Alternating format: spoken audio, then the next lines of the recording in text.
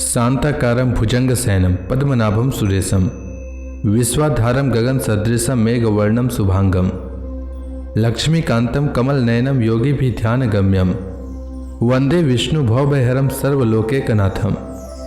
मंगलम भगवान विष्णु मंगलम गरुड़ध्वज मंगलम पुंडरीकाक्ष मंगलाय तनोहरि। ओम नमो भगवते वासुदेवाय। आज का दिन आप सभी के लिए मंगलमय हो। आज पौष महीने का 14वां दिन है। आइए सुनते हैं पौष मास की कथा का 14वां अध्याय। सूत जी कहते हैं, विदुर जी तीर्थ यात्रा में महर्षि मैत्रेय से आत्मा का ज्ञान प्राप्त करके हस्तिनापुर लौट आए। उन्हें जो कुछ जानने की इच्छा थी वह पूर्ण हो गई थी। विदुर जी ने मैत्रेय ऋषि से जितने प्रश्न किए थे उनका उत्तर सुनने से पहले ही श्री कृष्ण में अनन्य प्रेम हो जाने के कारण वे उत्तर सुनने से उपराम हो गए।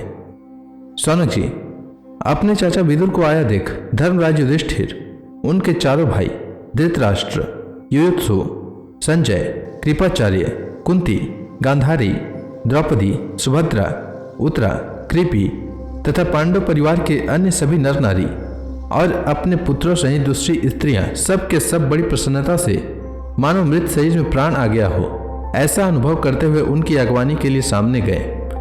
यथा योग्य आलिंगन और प्रणाम आदि के द्वारा सब उनसे मिले और विरह जनित उत्कंठा से कातर होकर सबने प्रेम के आंसू बहाए। युधिष्ठिर ने आसन पर बैठाकर उनका यथोचित सत्कार किया। जब वे भोजन एवं विश्राम करके सुखपूर्वक आसन पर बैठे थे तब युधिष्ठिर ने विनय से झुककर सबके सामने ही उनसे कहा। युधिष्ठिर ने कहा, चाचा जी, जैसे पक्षी अपने अंडों को पंखों की छाया के नीचे रखकर उन्हें सेते और बढ़ाते हैं, वैसे ही आपने अत्यंत वात्सल्य से अपने कर कमलों की छत्र छाया में हम लोगों को पाला पोसा है। बार बार आपने हमें और हमारी माता को विषदान और लक्षागृह के दाह आदि विपत्तियों से बचाया है। क्या आप कभी हम लोगों की भी याद करते रहे हैं? आपने पृथ्वी पर विचरण करते समय किस वृत्ति से जीवन निर्वाह किया?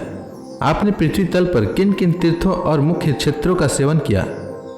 प्रभु, आप जैसे भगवान के प्यारे भक्त स्वयं ही तीर्थ स्वरूप होते हैं। आप लोग अपने हृदय में विराजमान भगवान के द्वारा तीर्थों को भी महातीर्थ बनाते हुए विचरण करते हैं। चाचा जी, आप तीर्थ यात्रा करते हुए द्वारका भी अवश्य ही गए होंगे। वहाँ हमारे सुहृद एवं भाई बंधु यादव लोग, जिनके एकमात्र आराध्य देव श्री कृष्ण हैं, अपनी नगरी में सुख से तो है ना? आपने यदि जाकर देखा नहीं होगा तो सुना तो अवश्य ही होगा। युधिष्ठिर के इस प्रकार पूछने पर विदुर जी ने तीर्थों और यदुवंशियों के संबंध में जो कुछ देखा, सुना और अनुभव किया था सब क्रम से बतला दिया। केवल यदुवंश के विनाश की बात नहीं कही। करुण हृदय विदुर जी पांडवों को दुखी नहीं देख सकते थे, इसलिए उन्होंने यह अप्रिय एवं असह्य घटना पांडवों को नहीं सुनाई, क्योंकि वह तो स्वयं ही प्रकट होने वाली थी। पांडव विदुर जी का देवता के समान सेवा सत्कार करते थे। वे कुछ दिनों तक अपने बड़े भाई धृतराष्ट्र की कल्याण कामना से सब लोगों को प्रसन्न करते हुए सुखपूर्वक हस्तिनापुर में ही रहे। विदुर जी तो साक्षात धर्मराज थे। मांडवी ऋषि के साप से 100 वर्ष के लिए शूद्र बन गए थे। इतने दिनों तक यमराज के पद पर आयरमा थे और वही पापियों को उचित दंड देते थे। राज्य प्राप्ति हो जाने पर अपने लोकपालों सरीखे भाइयों के साथ राजा युधिष्ठिर वंशधर परीक्षित को देखकर अपनी अतुल संपत्ति से आनंदित रहने लगे। इस प्रकार पांडव गृहस्थ के काम धंधों में रम गए और उन्हीं के पीछे एक प्रकार से यह बात भूल गए कि अनजाने में ही हमारा जीवन मृत्यु की ओर जा रहा है। अब देखते देखते उनके सामने वह समय आ पहुंचा जिसे कोई टाल नहीं सकता। परंतु विदुर जी ने काल की गति को जानकर अपने बड़े भाई धृतराष्ट्र से कहा, महाराज देखिए, अब बड़ा भयंकर समय आ गया है। झटपट यहाँ से निकल चलिए। हम सब लोगों के सिर पर वह सर्वसमर्थ काल मंडराने लगा है, जिसके टालने का कहीं भी कोई उपाय नहीं है। काल के वशीभूत होकर जीव का अपने प्रियतम प्राणों से भी बात ही बात में वियोग हो जाता है। फिर धन जन आदि दूसरी वस्तुओं की तो बात ही क्या है। आपके चाचा, ताऊ, भाई, सगे संबंधी और पुत्र सभी मारे गए। आपकी उम्र भी ढल चुकी, शरीर बुढ़ापे का शिकार हो गया। आप पराए घर में पड़े हुए हैं। ओह, इस प्राणी को जीवित रहने की कितनी प्रबल इच्छा होती है। इसी के कारण तो आप भीम का दिया हुआ टुकड़ा खाकर कुत्ते का सा जीवन बिता रहे हैं। जिनको आपने आग में जलाने की चेष्टा की, विष देकर मार डालना चाहा, भरी सभा में जिनकी विवाहिता पत्नी को अपमानित किया, जिनकी भूमि और धन छीन लिए, उन्हीं के अंत से पले हुए प्राणों को रखने में क्या गौरव है। आपके अज्ञान की हद हो गई कि अब भी आप जीना चाहते हैं, परंतु आपके चाहने से क्या होगा। पुराने वस्त्र की तरह बुढ़ापे से गला हुआ आपका शरीर आपके न चाहने पर भी क्षीण हुआ जा रहा है। अब इस शरीर से आपका कोई स्वार्थ सधने वाला नहीं है। इसमें फंसिए मत, इसकी ममता का बंधन काट डालिए। जो संसार के संबंधियों से अलग रहकर उनके अनजान में अपने शरीर का त्याग करता है वही धीर कहा गया है। चाहे अपनी समझ से हो या दूसरे के समझाने से, जो इस संसार को दुख रूप समझकर इससे विरक्त हो जाता है और अपने अंतःकरण को वश में करके हृदय में भगवान को धारण कर संन्यास के लिए घर से निकल पड़ता है, वही उत्तम मनुष्य है। इसके आगे जो समय आने वाला है वह प्रायः मनुष्यों के गुणों को घटाने वाला होगा। इसलिए आप अपने कुटुंबियों से छिपकर उत्तराखंड में चले जाइए। जब छोटे भाई विदुर ने अंधे राजा धृतराष्ट्र को इस प्रकार समझाया तब उनकी प्रज्ञा के नेत्र खुल गए। वे भाई बंधुओं के सुदृढ़ स्नेह पासों को काटकर अपने छोटे भाई विदुर के दिखलाए हुए मार्ग से निकल पड़े।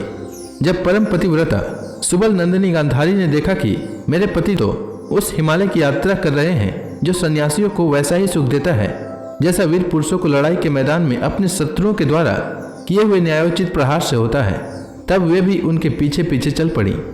अजात शत्रु युधिष्ठिर ने प्रातःकाल सनध्या वंदन तथा अग्निहोत्र करके ब्राह्मणों को नमस्कार किया और उन्हें तिल, गौ, भूमि और स्वर्ण का दान दिया। इसके बाद जब वे गुरुजनों के चरण वंदना के लिए राजमहल में गए तब उन्हें धृतराष्ट्र, विदुर तथा गांधारी के दर्शन नहीं हुए। युधिष्ठिर ने उद्विग्नचित होकर वहीं बैठे हुए संजय से पूछा, संजय, मेरे विवृद्ध और नेत्रहीन पिता धृतराष्ट्र कहाँ हैं? पुत्र शोक से पीड़ित दुखिया माता गांधारी और मेरे परम हितैषी चाचा विदुर जी कहाँ चले गए? ताऊ जी अपने पुत्रों और बंधु बांधवों के मारे जाने से दुखित हैं। मैं बड़ा मंद बुद्धि हूँ, कहीं मुझसे किसी अपराध की आशंका करके वे माता गांधारी सहित गंगा जी में तो नहीं कूद पड़े। जब हमारे पिता पांडु की मृत्यु हो गई थी और हम लोग नन्हे नन्हे बच्चे थे तब इन्हीं दोनों चाचाओं ने बड़े बड़े दुखों से हमें बचाया था। वे हम पर बड़ा ही प्रेम रखते थे।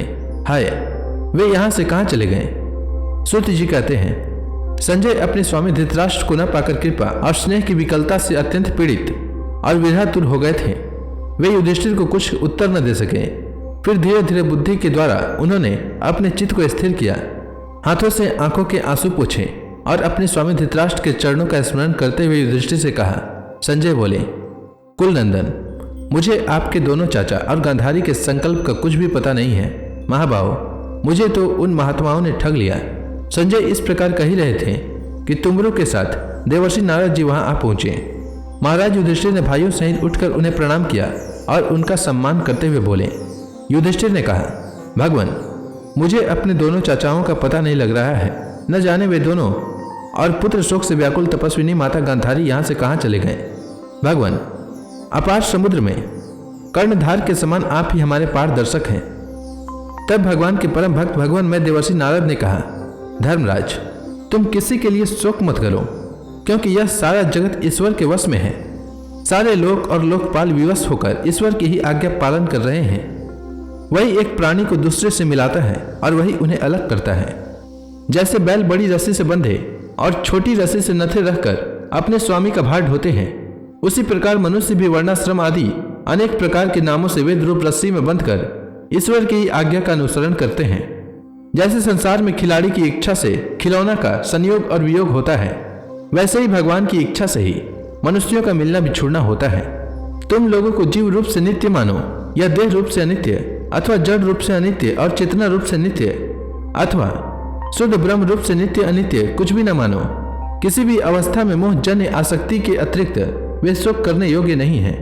इसलिए धर्मराज, वे दीन दुखी चाचा चाची असहाय अवस्था में मेरे बिना कैसे रहेंगे? इस अज्ञान जन्य मन की विकलता को छोड़ दो। यह 5 भौतिक शरीर काल, कर्म और गुणों के वश में है। अजगर के मुंह में पड़े हुए पुरुष के समान यह पराधीन शरीर दूसरों की रक्षा ही क्या कर सकता है? हाथ वालों के बिना हाथ वाले, 4 पैर वाले पशुओं के बिना पैर वाले, और उनमें भी बड़े जीवों के छोटे जीव आहार हैं। इस प्रकार एक जीव दूसरे जीव के जीवन का कारण हो रहा है। इन समस्त रूपों में जीवों के बाहर और भीतर वही एक स्वयं प्रकाश भगवान, जो संपूर्ण आत्माओं के आत्मा है, माया के द्वारा अनेकों प्रकार से प्रकट हो रहे हैं। तुम केवल उन्हीं को देखो। महाराज, समस्त प्राणियों को जीवन दान देने वाले वही भगवान इस समय इस पृथ्वी तल पर देवद्रोहियों का नाश करने के लिए काल रूप से अवतीर्ण हुए हैं। अब वे देवताओं का कार्य पूरा कर चुके हैं, थोड़ा सा काम और शेष है, उसी के लिए वे रुके हुए हैं। जब तक वे प्रभु यहाँ हैं तब तक तुम लोग भी उनकी प्रतीक्षा करते रहो। धर्मराज, हिमालय के दक्षिण भाग में जहाँ सप्त ऋषियों की प्रसन्नता के लिए गंगा जी ने अलग अलग 7 धाराओं के रूप में अपने को 7 भागों में विभक्त कर दिया था, जिसे सप्त स्रोत कहते हैं, वहीं ऋषियों के आश्रम पर धृतराष्ट्र अपनी पत्नी गांधारी और विदुर के साथ गए हैं। वहां वे त्रिकाल स्नान और विधि पूर्वक अग्निहोत्र करते हैं। अब उनके चित्त में किसी प्रकार की कामना नहीं है, वे केवल जल पीकर शांत चित्त से निवास करते हैं। आसन जीतकर प्राणों को वश में करके उन्होंने अपने 6 इंद्रियों को विषयों से लौटा लिया है। भगवान की धारणा से उनके तमोगुण, रजोगुण और सत्वगुण के मैल नष्ट हो चुके हैं। उन्होंने अपनी समस्त इंद्रियों और मन को रोककर समस्त विषयों को बाहर से ही लौटा दिया है और माया के गुणों से होने वाले परिणाम को सर्वथा मिटा दिया है। समस्त कर्मों का संन्यास करके वे इस समय स्थिर होकर बैठे हुए हैं, अतः तुम उनके मार्ग में विघ्न रूप मत बनना।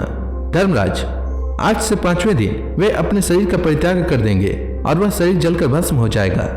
धर्मराज, विदुर जी अपने भाई का आश्चर्य में मोक्ष देखकर हर्षित और वियोग देखकर दुखित होते हुए वहां से तीर्थ सेवन के लिए चले जाएंगे।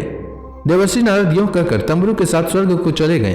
धर्मराज युधिष्ठिर ने उनके उपदेशों को हृदय में धारण करके शोक को त्याग दिया। तो इसी के साथ यह अध्याय समाप्त हुआ। इसके आगे की कथा मैं कल के अध्याय में सुनाऊंगा। तब तक के लिए भगवान हरि का नाम लेते रहें। तो प्रेम से बोलिए भगवान विष्णु की जय, श्री कृष्ण भगवान की जय, लक्ष्मी माता की जय, तुलसी माता की जय।